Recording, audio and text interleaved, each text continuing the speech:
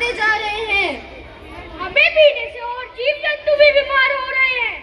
पता नहीं ये सब क्यों और कैसे हो रहा है। पता नहीं हमारे अंदर इतनी गंदगी कैसे बढ़ती जा रही है, जिसकी वजह से हमारे अंदर रहने वाले जीव जंतु भी मरते जा रहे हैं।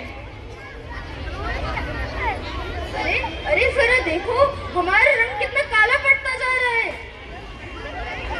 अगर ऐसा ही रहा तो जल यानी हम इस धरती से जल्द ही नष्ट हो जाएंगे और हमारे बिना मनुष्य इस धरती पर जीवित कैसे रहेगा। आखिर हमारी इस दशा की वजह है कौन? यही तो समझ में नहीं आ रहा।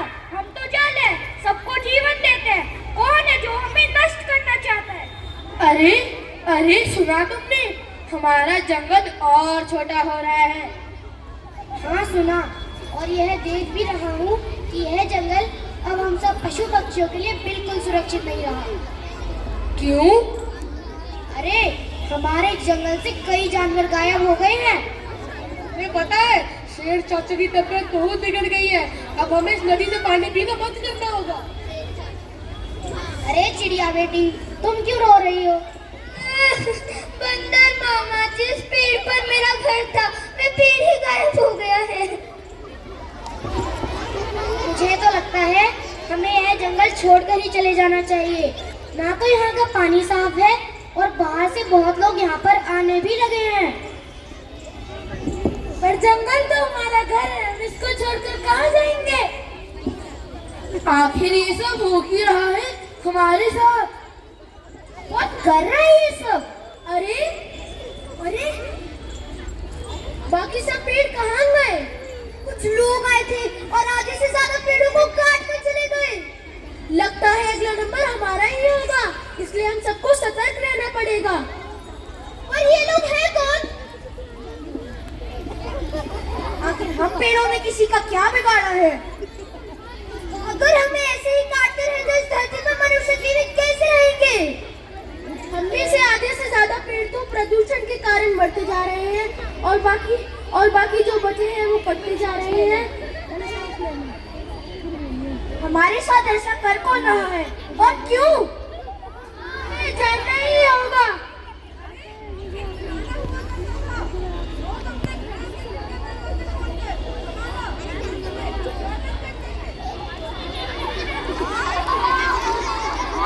एक जमाना हुआ करता था, लोग अपने घरों की खिड़कियां दरवाजे खोलकर हमारा सुबह सुबह स्वागत करते थे। लेकिन अब तो लोग हमसे दूर रहने लगे हैं। खिड़कियां दरवाजे तो दूर, लोग बाहर भी मास्क पहनकर निकलते हैं क्योंकि हम सबके लिए हानिकारक हो गए हैं। पर ऐसा क्यों?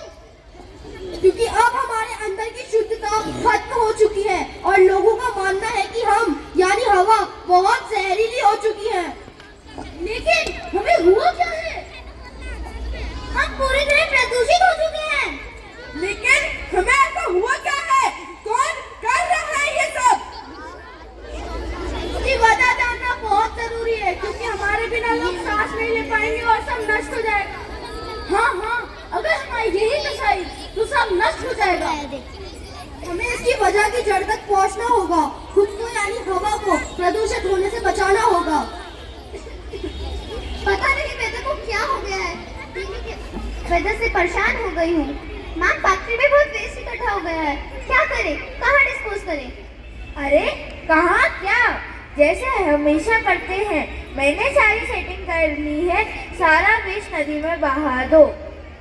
Okay ma'am. वैसे मैम, आप फैक्ट्री के लिए नई जमीन लेने वाली थी, कहाँ ले रही हो? अरे वही जो आपको दिखाई थी, पर वो तो पूरा जंगल है। तभी तो सस्ती भी मिल जाएगी और पूरा जंगल साफ करा के वहीं पे गोदाम भी, फैक्ट्री भी और अपने लिए एक फार्म हाउस भी बनवा लेंगे। अरे यार, रोड पर कितना धूल और पोल्यूशन हो गया है। मैंने सुना है रेड लाइट पर इंजन ऑफ कर देना चाहिए।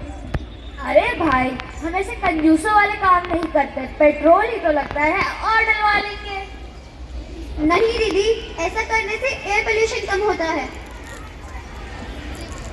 अरे बेटा, हमारी एक कार से क्या ही फर्क पड़ेगा? मनुष्य प्रकृति के बारे में सोचे या ना सोचे, लेकिन प्रकृति तो हमेशा मनुष्य के बारे में ही सोचती मनुष्य बिना प्रकृति के जीवित रह सकता है? बिल्कुल नहीं। तो अगर इंसान इतना ही मतलबी है तो अपने भले के लिए ही सही वो प्रकृति की इज्जत क्यों नहीं कर सकता? अगर ऐसा नहीं हुआ तो वो दिन दूर नहीं जब मनुष्य को एक बनावटी और एक आर्टिफिशियल लाइफ जीनी पड़ेगी, जहाँ सिर्फ नकली हवा, नकली बारिश, प्रोसेस फूड और शायद हमारी सांसें भी नकली हो। Nature is our mother. बच्चे माँ के बारे में सोचे या ना सोचे, लेकिन माँ तो हमेशा बच्चों के बारे में सोचती है। We should always respect our mother nature. Thank you.